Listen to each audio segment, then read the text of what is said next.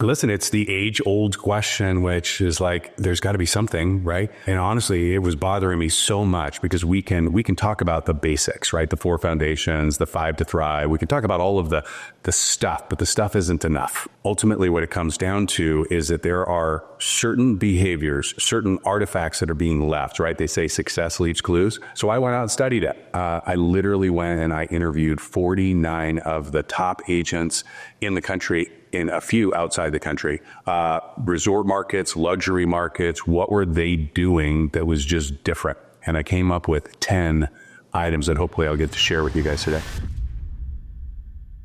So we're coming today from a palace here in Scottsdale, Arizona with Holly, and this is Todd Conklin over here.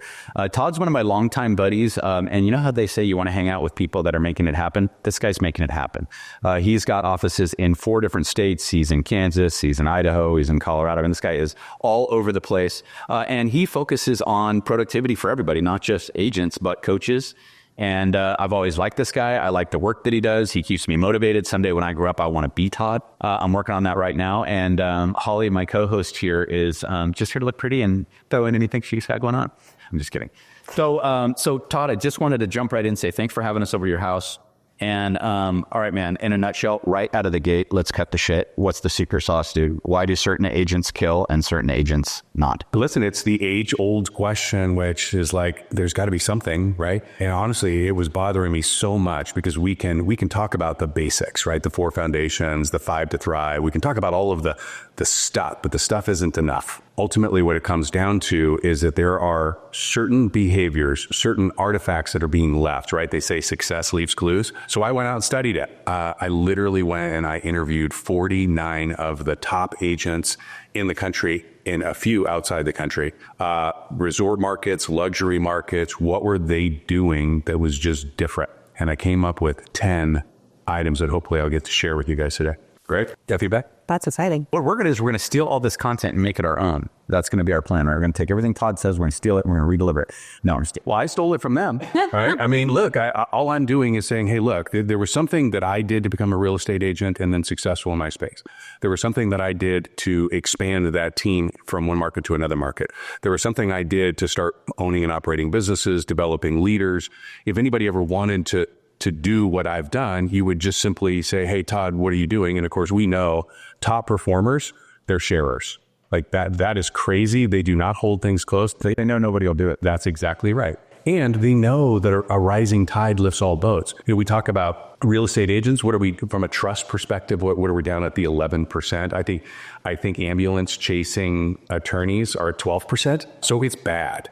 And we know the data. The data doesn't lie. 13% of the people don't make it. Of the 13 that do make it, their average income is $47,000. I'm sorry, but that's just not enough to live. They haven't paid their taxes. They haven't paid. They're entrepreneurs. They haven't paid for their marketing, their operations. They haven't paid for their rent. Nothing. So they're living ultimately below the poverty line. So let me tell you my frustration that I had in the last couple of days. So we had a class that was on forms. Okay, it was a class on forms, and it was standing room only in our training room. I mean, it was packed. And then I was right after that doing our sales mastery class, right?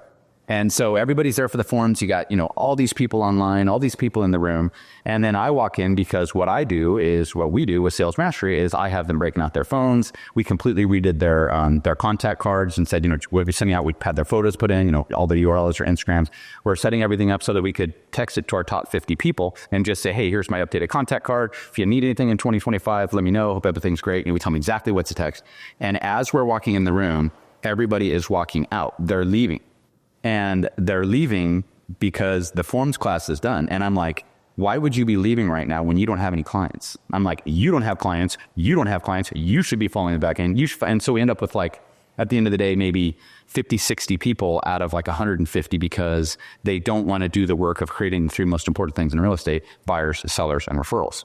So I'm just on a tangent right now because production is a little bit down and inventory is still rough in Southern California.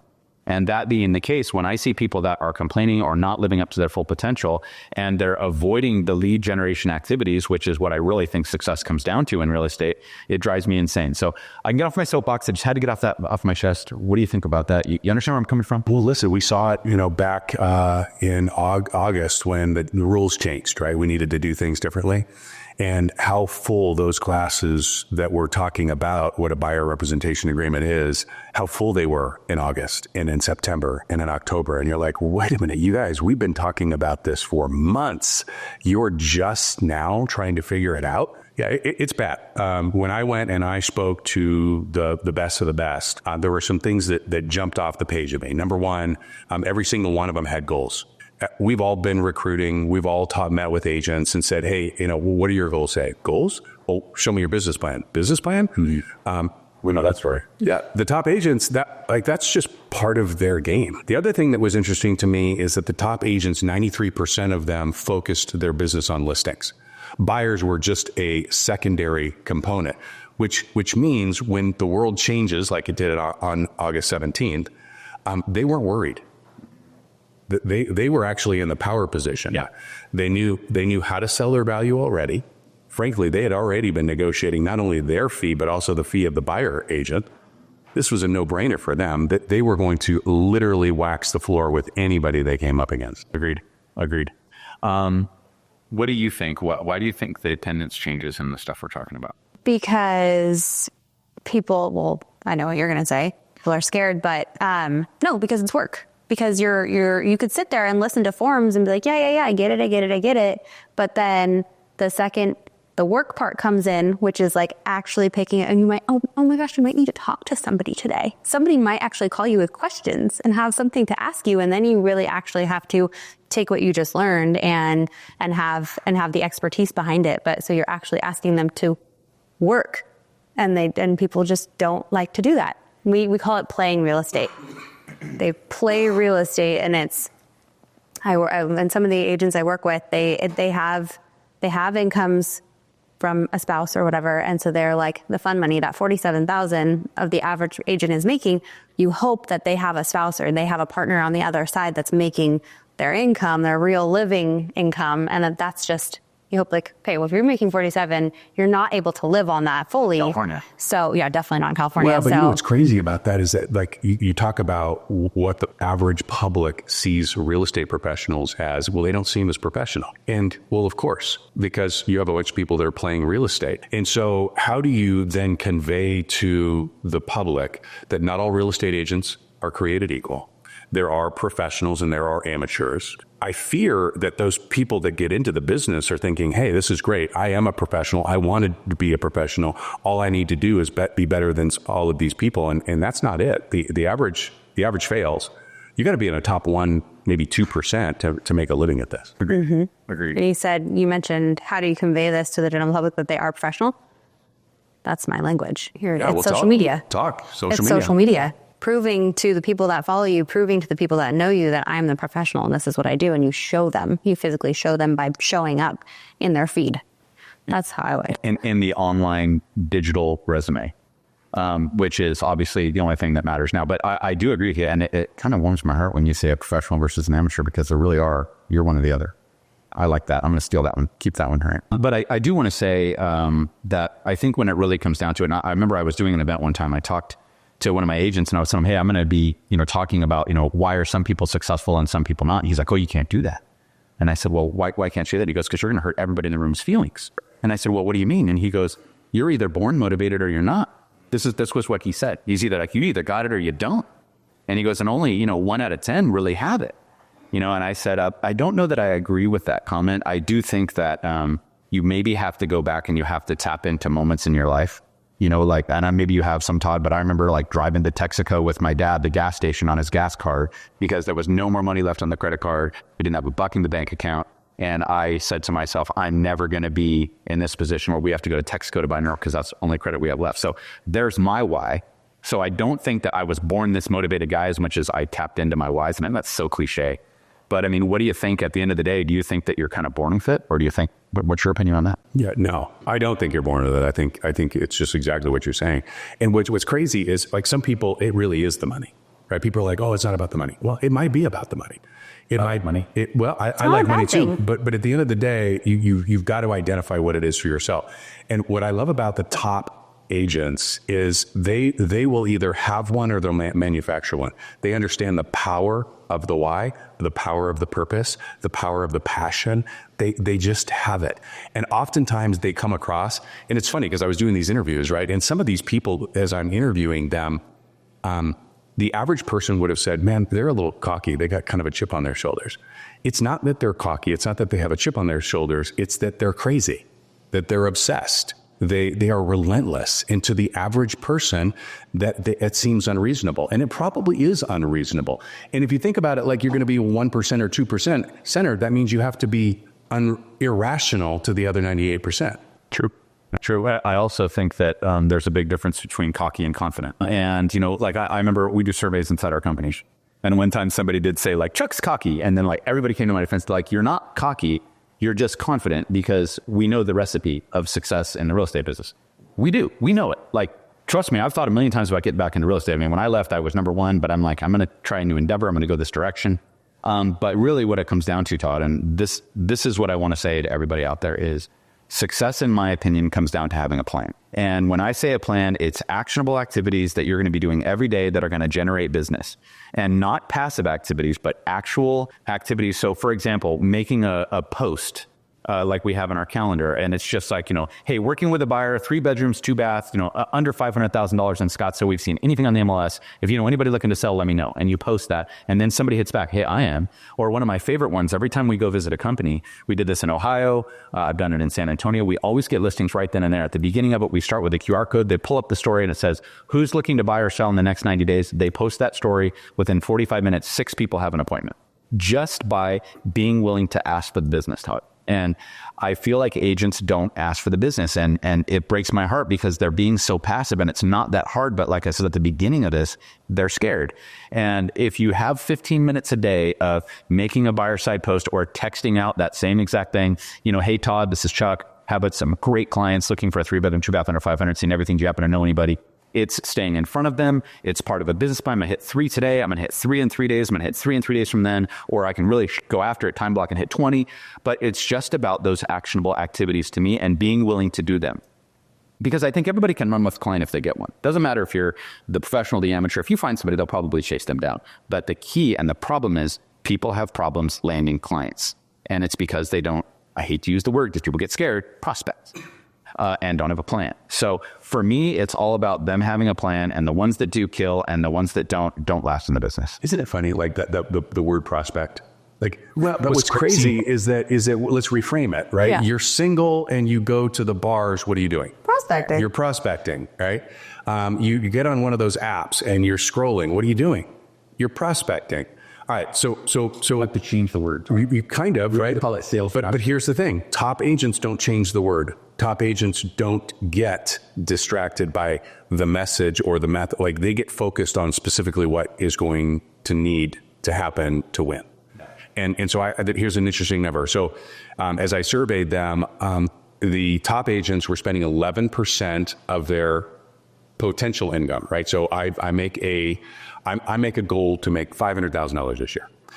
They're spending 11% of the $500,000 in advance of making the $500,000. 55 grand. On marketing, period. That's boom, done.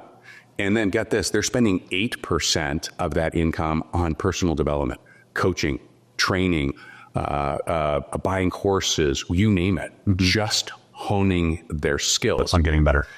Which leads us to the 2 things, right? Number 1, marketing, which is generating leads, right? And then number 2, what you do with those leads. So talk me through what you think on why are people not marketing to generate leads? And does it have anything to do with the fact that they don't know what to say, when to say, and how to say it that's keeping them from doing it? So when we go and visit a company, or when we're doing our sales mastery, which is the 1 day a month for 1 hour that we just do nothing but you sit there with your phone, you send out text, you create stories, and it's just prospecting. Every time we'll put up a text, and I'll just say, like, let's say we're throwing one up for Halloween, and I'll show it on the screen, and it says, and you've seen it before, but it says like, hey, Holly, I just had a scary thought.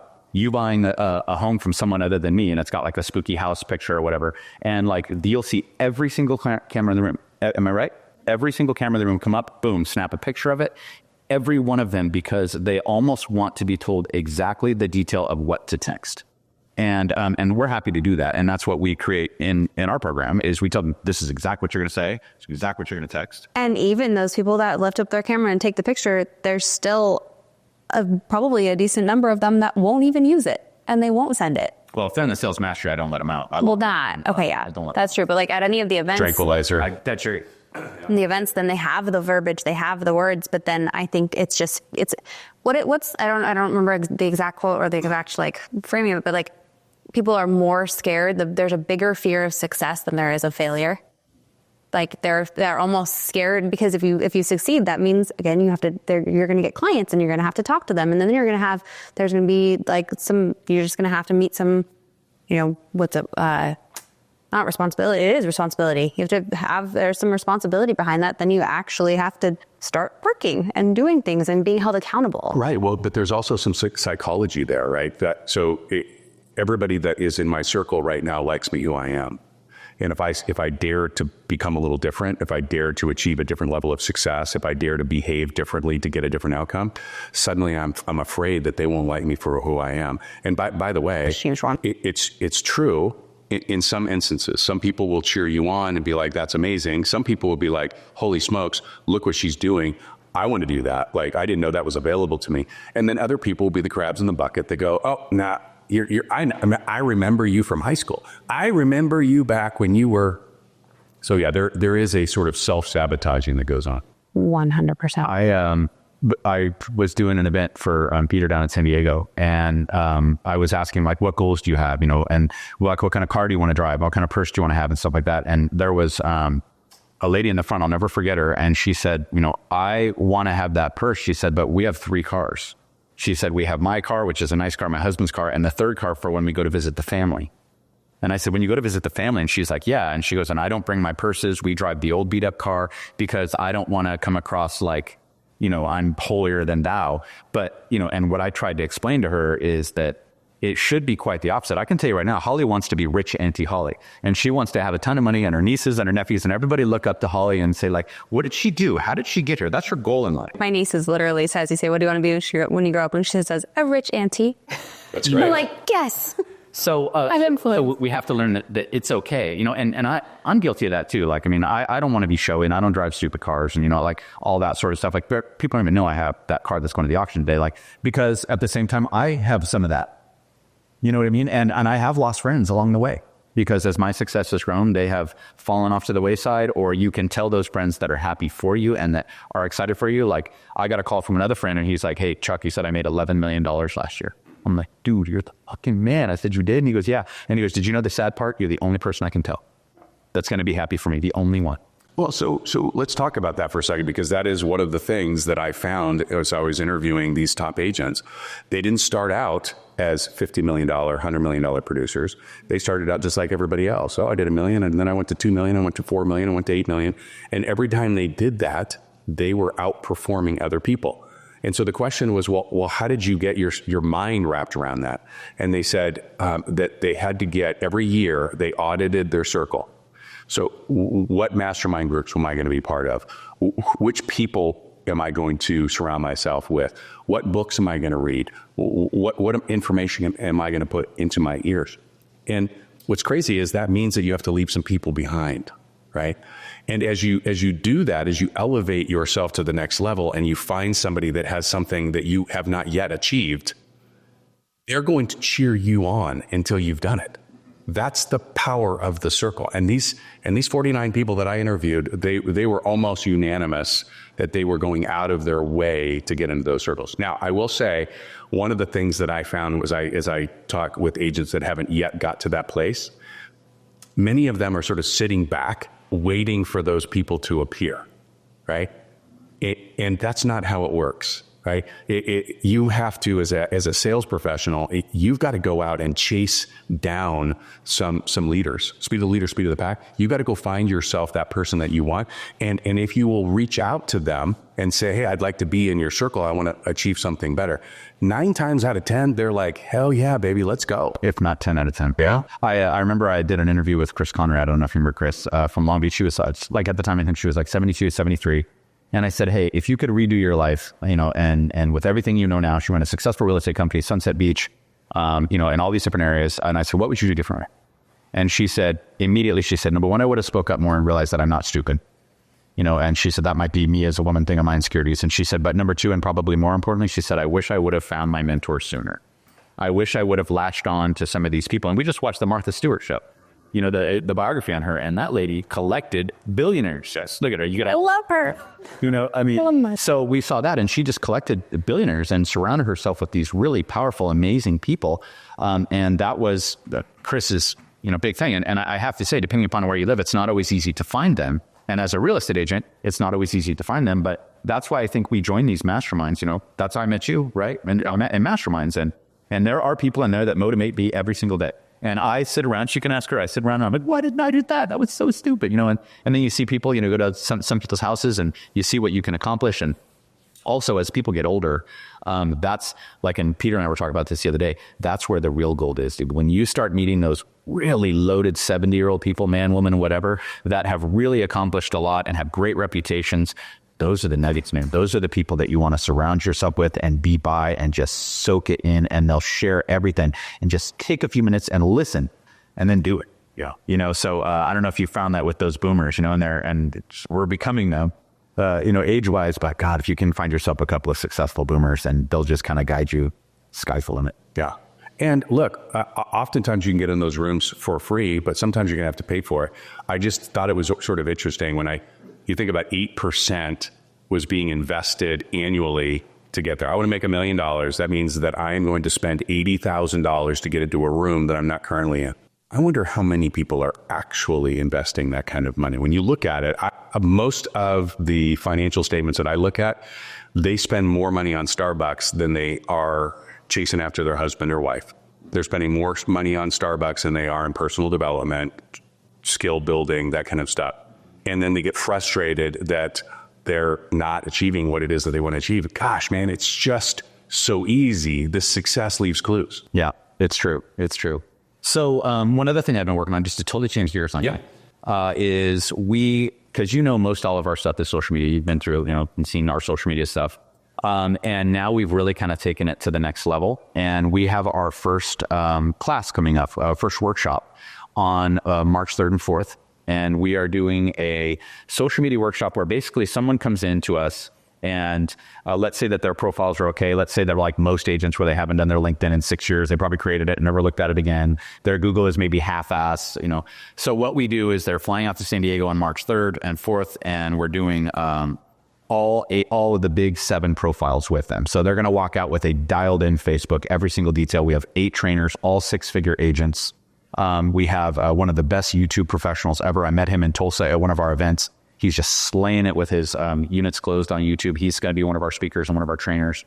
But you're going to walk in, you're going to have your Google dialed in, you're going to have your homes.com dialed in, your Zillow, your realtor.com, your Facebook, your Instagram, and your LinkedIn. So all of those things, by the time they walk out of there, are going to be, if I am a client and I look you up on LinkedIn, I want to use you, or I will at least consider you for the interview, because I believe a lot of agents are getting a good look online. People are taking a look at them and pulling up their information and saying, I don't even think I'm going to interview that person. So we're going to make it so that if anybody actually looks at your profiles, you're going to get that interview. And so we've got that set up for the first time in San Diego. We've got another one on the 5th of February, but the one we're doing right now that we're putting out publicly that we just announced 2 days ago is the social media workshop, March 3rd and 4th, San Diego Marina, across the street from the airport. So if somebody wants to look into that class, is there a link that you can share? We'll put it in the description. Yep, there is a link. Right now we have like the trainers coming from Ron Sweeney's company, the trainers coming from San Antonio. We have Seattle. It's mostly trainers. Which all the companies are sending their trainers. So we're like, we want them to learn, and then they'll come back and teach all the agents. Yeah, which is cool, which we're happy with. Yeah. But we're just excited that, we, and also like a lot of people don't know how to post on LinkedIn. They don't know how to put, so but we're going to show them this is how you communicate. We're going to actually have them run through a couple exercises. So they're going to come in as kindergartners and walk out as 8th graders in social media and all the platforms. Because I think we need to keep our eye on homes.com right now too, because I saw all the ads during the playoff and all that stuff. They're going to grow. I know realtor.com is still Zillow is still number one. Realtor.com is next. I think we've got to keep our eye on that. Yeah. But so that's one of the things we have going on right now. The other thing is, when it comes to Zillow, realtor.com and homes.com, they're all free profiles. you can optimize their platforms by just putting in your information and creating your profile and making sure that you're visible there. You don't have to pay for ads. You don't have to pay a dime. You can put them on there and then you may get something. I mean, so without that's paying super. for it. So 84% of the agents that I talk to are spending money to generate leads. And when I talk to them, less than 10% of them are spending money on platforms like Zillow, Realtor.com, that kind of thing. But they all have their profiles built, which is what you're saying. Exactly. Yes. And I mean, Todd, you have to run into this like half the time when I'm running around looking for an agent in another company. I can't even find their friggin' number because their LinkedIn is dead. They don't have it on their Facebook. They don't have it on their Instagram. I can't even find their phone number. I'm like, dude, what are you doing? Like, how do you not have that? And why are your photos not uniform? And how come I can't look at your profile and find out what you do for a living and what your interests are and, see your authenticity of, what you're all about? And so it's a little frustrating there too, because there are some people that are relatively successful in this business that could be super successful with just a couple little tweaks with 2 days with us. So my audience is really two. I've got real estate agents that are listening, and then I've got leaders that are listening. And so one of the things that we're doing in February 28th, March 1st and 2nd, which I'm pretty sure you guys are coming out. That's a Saturday, Sunday, right? Yeah. I'm going to have you guys come out and do this. But what I'm doing is I'm teaching leaders how to be the influence in their own offices, which is what you're doing when you're getting all these trainers, right? These people are saying, hey, look, we want to teach this. We want to be disciples of your message. Let's go. So I love it. So link in the description. Check it out. Yeah, it's a lot of fun. What are the dates on that one? February 28th, March 1st, and March 2nd. So we've got some of that stuff going on. Again, the market has been out in California the inventory, Todd, has been brutal, dude. We are still just brutal with our inventory. I don't know how it is in your market. You've up 3 months? Well, I can tell you this right now. We are at 26% of our normal. Yeah. All right. So less than 3 months. So and it's painful, dude. And the stuff that's selling is like the friggin' Hobbit's house. And they're still getting top dollar because it's the only house for sale, a little dome house with a door that tall. I mean, it's just everything is selling still, but we're just still really hurting. So I really hope they can get rates down around 5 where people will loosen up and start, stop the lopping and start moving their properties. That's our thing. I'm super frustrated. That's why every time I'm talking to my agents, I just want to see them prospecting right now because it's so difficult to get every single lead because there's nothing to sell. So we have to be either resorting to sell. I mean, dude, like look at it. So you look at the data. National Association of Realtors just came out with their numbers. They said, look, there's 1.5 million agents. Of the 1.5 million agents, less than 250,000 of them took 2 or more listings and sold. Okay, so across the country. Across the country. So now hold on, wait a minute. We have 1.5 million agents. By the way, there's 3 million agents that are licensed. Only half of them happen to be part of NAR. You've got 4 million homes that will have transacted, 4.6 million if you include new inventory or new construction. What are we really talking about? What those numbers told me was that 90% of the agents are completely out of business. They weren't in business to begin with. So now you're talking about 10% of the agents, and there is enough business for those people to feed their families, build careers, leave legacies. I worry that sometimes they're focused on these uncontrollables. The controllables are what? Market.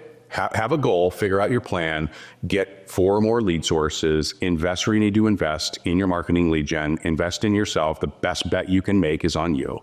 And stop talking and start working. Just go be an animal, because that's what these top agents are doing. So we did a Gen Blue last year, and I asked them, said, how many of you guys have been in here have been in the business for less than a year? They raised their hand. I said, how about 2? I said, how about 3? How about 4? How about 5?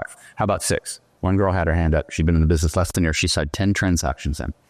And so I said, I jumped off the stage. I walked down and I said, all right, let's hear the secrets. What are you doing? I said, but before you say it, I'm going to guess. How many open houses do you sit a week? And she said, 6. And I said, do you remember that? And I said, you sit six open houses a week and you have 10 in escrow. Are you still sitting those? And she said, yes. And I said, hey, all you experienced people out there, I said, this girl right here, she's going to eat your fucking lunch. 100%. And I'm just like, that is literally going out there and, it's guerrilla and meeting people. Like you said, there's no fear and shit and under contract. And I was just like, so I think also, but I don't want to do that, Chuck. I know. I mean, it's hard and there's no listings to do open houses at, and I don't really know what to say. And, I've got other things to do. Well, then I think you have to ask this question, because my number 3 agent, he will not sit an open house for his life. But So he doesn't like that. That doesn't work for his personality. But he's a retired CHP, California Highway Patrol. So what he does is he's constantly down at the station and he brings taco trucks down for all the different shifts. And he does that quarterly. And then he goes to every retirement party. So that would be another thing. And he gets all his visits from the CHP. He did, I don't know, 380,000 last year, which is pretty good in my market. Pretty good. And then you might meet somebody else that's going to be, have a little bit of a different angle to get in front of people. But it's the people that get in front of people. That's right. And then have a system of contact, after that, and just keep collecting people. Like I had this call the other day. Sorry, so stupid. This agent calls me and she's like, hey Chuck, I set an open house this weekend. And I'm like, oh, awesome. And she's like, I gave out 10 business cards. And I said, congratulations. How many did you collect? I didn't get any, but they'll call me, and I'm like, oh, they will? Okay, so let's talk about that, because to me, that's skills, right? And in any other sales business, I fill in the blank. I can't even think of anything. I'm looking at a plan right now, right? I'm going to sell plants, right? Somebody takes the salesperson and says, look, we're going to generate a lead. That person's going to walk in the door, call you, whatever. This is how you're going to answer the phone. This is the energy that you're going to bring to the call. This is the cycle, right? You're going to qualify the suspect, turn them into a prospect. You're going to identify what they're really looking for. What's the challenge they're trying to solve? You're going to figure out the solution to that challenge. Then you're going to communicate that solution in a way that they go, gosh, that's exactly what it is that I was looking for. And then you're going to help them close themselves to make that purchase and make that purchase now, right? We teach them how to do that, but boy, not in real estate. Oh, I don't want to be that. What is it with real estate professionals? I'll tell you that the top agents, there were two things. Number one, they all had 4 or more lead sources. 4 or more lead sources. So they weren't a one-trick pony. They knew exactly, no matter what happened in the market, economy, whatever, social media, direct mail, whatever, they were always going to have their funnel being filled. And they understood, they had a process, a system in place that allowed them to nurture the lead to the point where the person activated themselves and said, okay, now I'm through being anonymous. I'm ready to actually have a conversation with somebody. And then they had the skills necessary to have those conversations. You have it because you've been doing it since you were 19 years old. It's baked into your DNA. So if you and I role played right now, what happens in an open house? How do you greet the person? How do you tour the person? What questions are you asking? You and I probably within a question or two would ask exactly the same questions. We would boom. It may not even be in writing anymore. You know what, Todd? As a matter of fact, I'm going to send you my contact card just in case you ever have any questions for me. Yeah. Would you mind? I mean, any real estate questions at all? You're cool, man. I like you. So I'm going to send you my contact card. What's your number? Yeah, exactly. Yeah. Boom. Right? How many times do we do that all the time? Hey, let's take a picture together. Boom. Hey, what's your cell number? I'll send you the photo. All right. Well, what did you just do? Well, they're likely going to share it because it's a photo of us at an event. And now, boom, I got, not only do I have their face so I can remember who they are, but I have their cell number. Yeah. I mean, and so it's those little things that you said baked into your DNA. You do meet a lot of people that they little teeny tiny piece, maybe Todd, of they either got it or they don't. They either are motivated or they're not. They either want to make it happen or they don't. There has to be a little piece in that. Like, I remember my top agent like 15 years ago, I sat down, one of the first interviews I ever did. I said, dude, you made $675,000 last year. I said, what motivates you? And he goes, fear of being poor. And I was like, what? He goes, dude, I am so scared. Every day I wake up and I'm like, am I going to be poor today? He goes, because I don't ever want to be poor again. And that was his thing, and I'm like, I think that might be me too, but whatever your motivation is, I keep coming back. You got to get back to that why, I mean, I want to take care of her. I told her that the other day. I'm like, I better keep making money if I want to hang on to her. Not this. Sam was so down with that why. You run with that. Great. But it's a little why. It's like one of those little pieces that said, Chuck, let's go over and do some work at Todd's and see what we can come up with, throw some pieces out there and make some shit happen. Well, that's going to get you over the fear of practicing, the fear of developing skills, the fear of role playing, the fear of the word scripts or dialogue. It's legitimate sales training. A lot of people lack actual sales training in real estate. And I think that goes back to the barrier of entry is so low. That's why there's so many not producing agents out there. Well, so it's interesting you say that, right? If I wanted to go door to door and sell pest control or solar or something like that, the barrier is pretty low, right? Same thing. The difference is that those people that are going into those professions, it's clear. Number one, somebody's offering them the truth. And the truth is, if you don't have the skills, you're not going to be able to pay your bills. All right, no skills, no paying the bills. Period, end of story. And it's not about the stock. It's not enough. You're going to have to really develop. So what is that? Well, you got to know how to knock on a door. You got to know how to shake somebody's hand. You got to be able to look at them in the eye. You got to create that transfer of energy and passion. These are all things that we learned as young little tadpole salespeople. And now what we're all doing for a living is delivering that, right? Listen, it's one of the reasons that your agents and my agents, from a per person productivity standpoint, are 4 or 5 times the national average, right? This didn't happen by accident. But it's uncomfortable for some people. Yeah, which is unfortunate. And we need to have some compassion for those people. And here's another thing, Todd, is we run across people all the time that I see them just trying and beating their heads against the wall, and they've been in the business for a year and a half. But I just want to say, maybe this isn't the business for you. And that, but I don't want to like crush their dreams. But there's some people that I'm like, you don't have the DNA for this. You are not a salesperson. You are not likable. You're not willing to prospect. And I just see people just going broke, leaving $100,000 a year jobs when I'm like, it's just not in you. It's just not. I don't have the DNA for it. And I knew that. But here's the thing, right? So I'll push back on that for a second. You may think that you might have the DNA, right? If we were to look at me like really, like you look at Todd as a little kid, I'm an introvert, period. But something happened when I was 16 years old, and it changed my life forever. And I decided, you know what? I know. Being an introvert left me hungry. What happened when you were psychic? And I got kicked out of the house. I was homeless.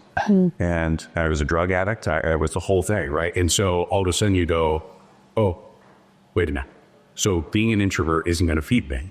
So I'm going to figure out a way to behave more extroverted. So I could be an extroverted introvert, but it all comes down to the why. And you would become whatever you needed to become if somebody close to you was in danger. Like if you don't go get a listing today, Chuck's dead. But look, like if that was the case, you know what? You'd be the greatest salesperson on planet. You'd get, not only would you get 1 listing, you'd get 4 listings, and you'd be like, he's sick. Yeah. That's a good point. I agree. Gun to your head, Ty. But here, now let's bring it back to these agents that we're talking about, right? The compassion. See, to me, compassion is looking somebody in the eye and saying, look, why are you doing this? Well, I want to put little Johnny through college. Okay, so is that enough for you to make the calls? Because if you don't make the calls, you're not going to be able to get the deals. If you don't prospect, you're not going to get it. If you don't skill build, you're not going to get it. If you don't market, you're not going to get it. And if the answer is no, it's not enough, well, that's the truth. That means that the why really isn't the why. Right. So we find out what the why is. Right. I like that. And it is always interesting. There's always a story with all top producers too. They always have that 16-year-old. Always. They always have that drive to the Texaco station. They always have something, and you're like, there it is. That's why her and I were talking about you today in the car on the way over here, and we're like, what is it? What is it? And that's why we were both so interested in that story. And like, because something changed and motivated you, right? I mean, oh yeah. And and the problem too is like, a lot of people that have golden spoons or silver spoons or whatever, they never even have that opportunity to feel that want, needing, desire. Because everything's been like, here, Tom, we didn't have that. No.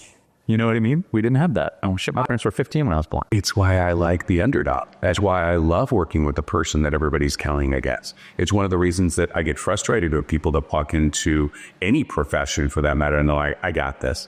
You don't got nothing, right? You what you got is the ability to fail. I want to talk to all those people that failure's got an option. There's no plan B. Burn the boats. Let's go. Burn the boat. Get me excited. Well, I mean, on a personal note, that is the problem for so many people. But when you have been raised a certain way, to burn that boat is so hard. You know what I mean? And so many agents or people keep their foot in that other business somewhere. That is also a killer for us. And then they never can really move forward because they always got that foot back there on shore. You know what I'm saying? But burn your boats is a big one. It's been on my mind a lot lately. And boy, that is a scary one. So, because you want to save, protect, and preserve. Maybe that's part of getting older, but I like to burn the boats. I've been thinking about doing that on a couple of things. Well, there's lots of baller moves going on right now. As we navigated what effectively was a 14-year run in the real estate market where things just got good, better, crazy. We finally have had some challenges. Very interesting, right? I think those of us that were crying over how busy we were and how many offers were coming in on listings are now going, dang it, I think maybe I go back to those days. We could look at the data, whether or not people will actually get out of the business or not, I guess will remain to be seen. But truthfully, you're really only talking about 10% of the overall Asian population is actually in business anyway. Those are truly competitors. Those are the ones that are actually striving to be professionals. How do we elevate those people to achieve more, better, lead legacies? Well, I mean, that's interesting too, because I remember I was talking to somebody very successful a long time ago, and we were talking about offices. We have multiple offices, and, do you put your time and energy into the offices that are losing, or do you put your time and energy into the offices that are already kicking ass and try to double or triple that? Which is the right way to go there as a leader? I'm just curious what your opinion is on. Oh, yeah, well, now I'm doing it right now, so that's interesting. So what I would say to that is that I love the underdog, right? So I always want to give them a shot. But look, sometimes people are failing not because of what's happened to them, it's what they're doing to themselves. And that comes down to a culture conversation. And I believe that people can change. I've changed. I've seen countless people change their lives. So I'm all in on that. But if I lead you to water and you still won't drink, well, now it's on you. So I'm a big believer in you've got to always be cutting those people that don't fit your culture, don't fit your organization, aren't willing to take the steps to change. Sometimes that looks like individuals. Sometimes that looks like entire office. And we do that regularly. Yeah. Well, so I just had something dawn on me briefly that I want to share. So if I was going to say here, let's just say that I decided I wanted to be a kick-ass real estate agent, right? And I knew nothing. I obviously have a lifetime of experience now in real estate. But if I met somebody that said to me, Chuck, give me the recipe. I want to be the most successful real estate agent I could be. What do I do? I'll do exactly what you tell me. I promise you everything. What would you do? Here's what I would tell them to do. First off, you got to get your license. And then you could pick me up and you could drop me in Boise, Idaho. And what I would do is I would set 5 open houses a week. And I would set 5, and I'd kiss ass and I'd beg agents and I'd do whatever. I don't care if it's a friggin' Tuesday and then only bill from 9 to noon, I'm sitting. I would be sitting that, but everything I do would be about going out and collecting people. And I would be going out and like, oh, Holly, I met Holly. And, oh, by the way, who sold you your house? And she's like, it was mine. If you have to think about it, you're mine. And I would add them into my database because your database is the key. And everybody, that's another bad word. Okay. That people are like, yeah, your database, the people that'll use you, your top 100s, your A pluses, those are the people that are going to make or break you. But I would sit open houses and I would go to every single thing I could and be collecting people to build that top 100. I would have the most amazing social media profiles on every single thing, showing professionalism, showing sales, showing market updates, showing my interests, showing, what I like to do, everything, what if it's your cars, if it's that, and just be collecting as many people as I can that would potentially use me and constantly be filtering that top 100, constantly be filtering them, making sure that everybody is moving up to be in that top 100 that should be. So for example, if somebody was down here that I met and they send me a referral, I'm going to move them in my top 100. I'm going to take number 100. I'm going to kick them right out. If somebody lists with somebody else, they're going to drop down into my next phase. I'm not going to get rid of them, but they're going to be in my B database. If somebody, does something else that maybe sends me a client, it's going to go back up into my top 100. So I would be sitting open houses, going to networking events, meeting as many people as I can, adding them into my database, collecting their friggin' numbers. Hey, do you mind if I send you my number? And get in a rotation of making sure that I'm reaching out. I'm liking their social media. I'm commenting on their social media. I'm asking them questions. I'm sending them lotto tickets on St. Patrick's Day. I'm sending them beach balls for the 4th of July. I am dropping off See's candy or some form of a pop buy for Christmas, a little pie scoop or whatever for Thanksgiving with my name on it. I would just be doing everything that way, old school relationship building business. And I guarantee you within 5 years, you could be making $1 million a year easy if you are collecting people, keeping in contact, having a system, having good social media professional profiles, and continuing that momentum. That's what I believe is the secrets. That'd be a mic drop moment, right? Finding what you just described is 7-figure habits. And everybody wants 5-figure habits and 7-figure incomes. 5-figure habits and 7-figure income. I like that. Well, that's true, isn't it? Yeah, it's very true. That's not how it works. 7-figure habits get you 7-figure incomes. I might add one more thing to that, and that is if I were dropped into a brand new market, I would probably be taking out every month 1 7-figure earner and just learning from them. A good leader is key. A good mentor is key. Agreed. And you still have to be at a company that teaches you the contracts, and you can't be a dumbass and getting sued and doing all that stuff. So yes, that's for sure. But I just think that it really comes down to those who can lead generate. 100%. And marketing, skill set, mindset, new people. Those are the 4 things that everybody's going to have in 25 in order to thrive. And look, enough of the nonsense, right? We survived 24, no more 24, close the door, 24 is gone, right? 25 is meant to thrive. You're going to have to do some things differently. And we all know what to do. You're teaching it, right? Just do what he said. Yeah. But getting people to do that is one thing. But I did have this one guy one time, Todd, and his dad, who was one of our killer agents, said, I'll pay you $65,000 a year, but you have to do everything I tell you for 1 year. You're my employee. And the guy's like, he goes, so when I'd say to sit in an open house, you're sitting in an open house. When I'd say to do this, you're doing this. The guy ended up turning it down. He did not take the job, but he ended up watching his dad doing what he did. He broke $1 million within 3 years. If his dad was a pro. But it was funny. It's like, can you imagine if we could actually get some young gun, guys and gals that are ready to go, maybe 30, 32-ish, somewhere in there, a little past that age of, where people trust you, and not that you can't do it at that younger age, and just do exactly what we tell you for 3 years, and we get to keep everything over 65,000. Right. Would you wish to? We would do it. Yeah. I know, but just getting them out there to do it is key. Anything you think I forget? I mean, you rattled off pretty much everything. It's having all of those things and not giving up on them and continuing. I mean, we have our YouTube expert coming on, and one of the things he's just in conversation talked about is like, hey, and we probably all heard this. If you looked into YouTube, you've heard this. You have to keep it going for at least 9 months to a year, 14 months, 16 months, something like that, because you're not going to see the turnover at first. And that's all of those habits. You have to do them and do them with a system in order and keep it going. Don't give up on it when you're like, oh, well, it's been 3 months and I haven't gotten a single lead from this farm, but they just started paying attention. They just saw your face for the 3rd time after the 3rd month of your mailer that went out. They might know who you are now. In 6 months, they'll know exactly who you are. Oh, you're the lady that sold this house and this house and this house. And they start to roll in, and the consistency and the systems and all the things, but people give up so easily. It's a new shiny penny that we're going to just jump to and go do that, because that might work, but then it doesn't stick. So you go do something else, and you just never wind up with the good consistency and the good systems in place. I got a talk question. Big talk question for you. And I don't know if you can do this with your agents, but you could name off one of my agents and I can tell you that's a $250,000 agent. Yeah. That's a $175,000 agent. That's a $120,000 agent. It's like they reach this number and they stay there, and that is their comfort zone, and they never go past it. It's like crazy. Every year you're 250. Every single year you're 250. What do you think people need to do do they just reach their comfort zone and that's it? Because that's kind of what I hear from you too. It's like, what do you think people need to do to break past that current barrier of being that $100,000 agent, or being that 150 agent? What's your thoughts on that? Well, for me, new inputs equals new outputs. What happens with the top agents is they decided that they're going to grow. So they know that it's not about the staff. It's not about just skills. It's about becoming a different person. And they want to become that person. See, everybody says, oh, well, here, I'll give you this. I take a $3 million agent and I show them everything that's in this book. This is everything top agents do. The least amount, anybody in this book, they did $50 million of sales. That was the smallest agent in this book.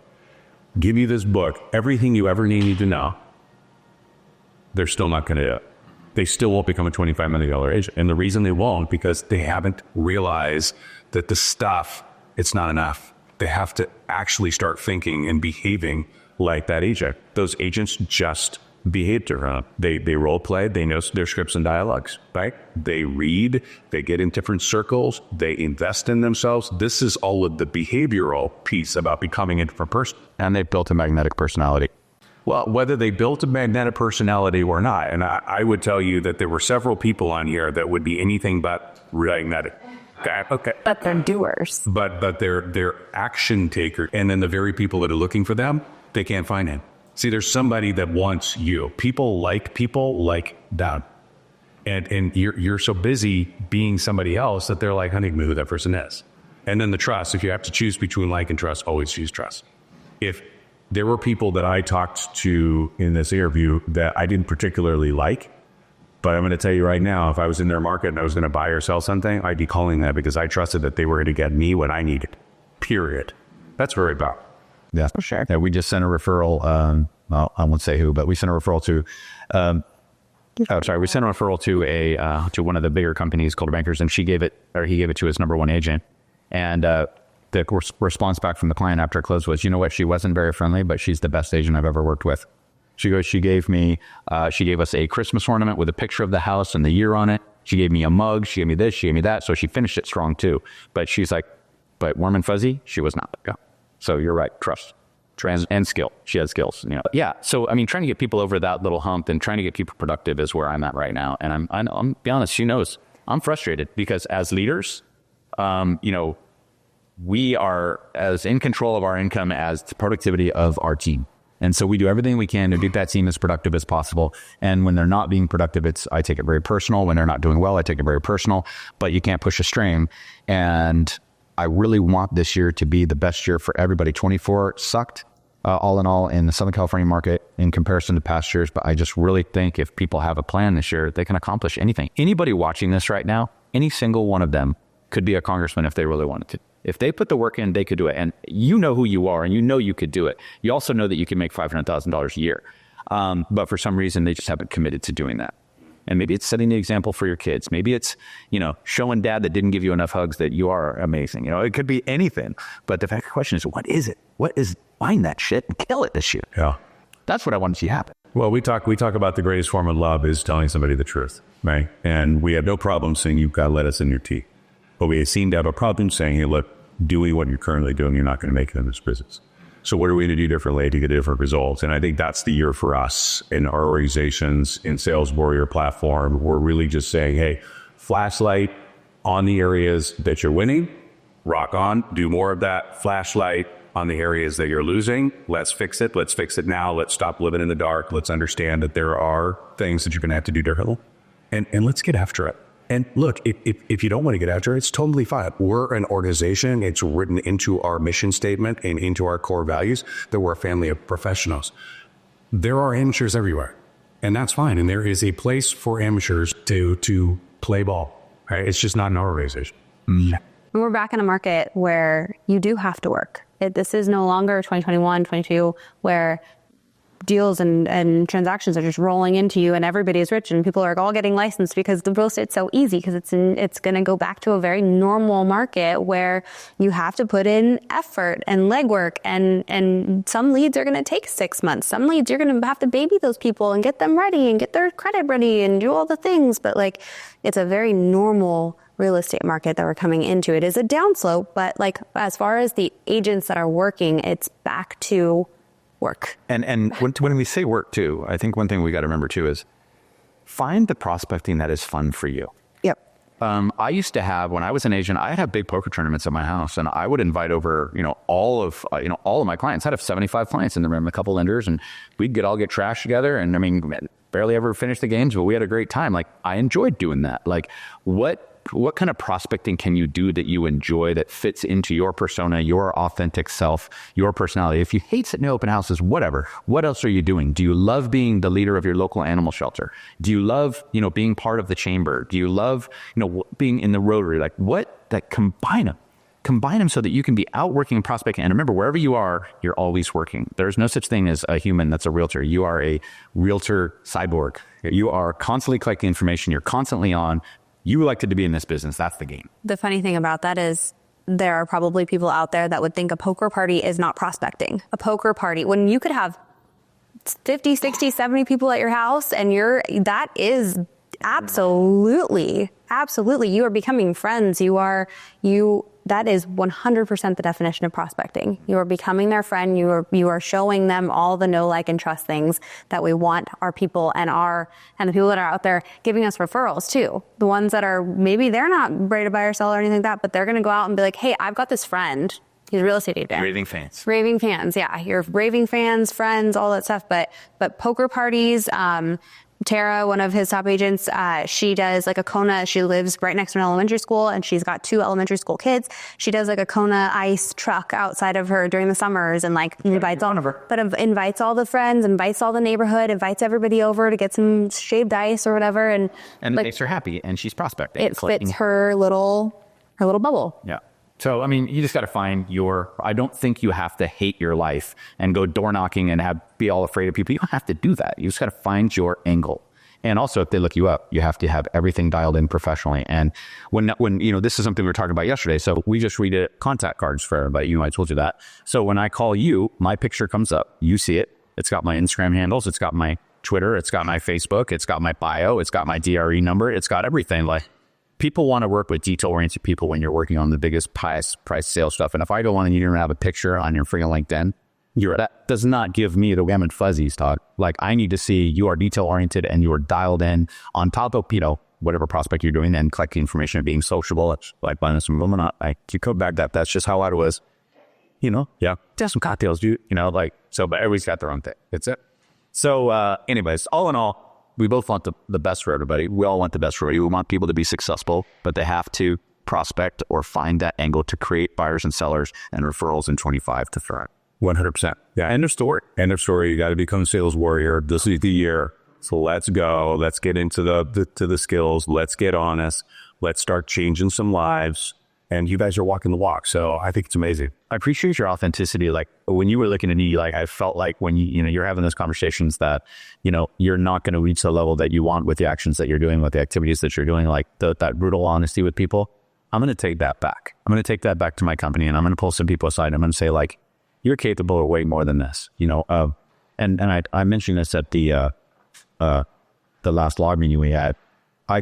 I asked all my mentors, who are your top 3 most successful up-and-comers? And I called every one of them, and I told them, you got what it takes. You can do this. You're not afraid to do this. And I'm telling you, like, 3 or 4 can cry it. No joke. And they were so inspired and so thankful that, so I just want to also just recommend to people, like, put a pat on the back out to other agents that you see that are working hard and are struggling. That's good karma out in the universe.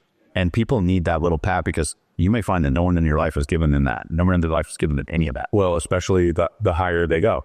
Right? I mean, when's the last time you had somebody pull you aside and just say, hey, Chuck, I love you. Thank you so much for everything you do. It just doesn't happen. They don't say, hey, Todd, you got a minute to tell me that they love me and appreciate you. It's hard, which is one of the reasons that top performers get into different rooms, that they can be appreciated. And those people that have been through the journey know how hard the journey is and have a tendency to reach out and go, hey, you're doing amazing stuff. Keep it up, man. Because they know how dark and cold and lonely it can be. I was this professional drummer. I don't remember what it was. I mean, one of the biggest bands ever. He was coming off the stage, and somebody said, hey, I just want to tell you did a great job tonight.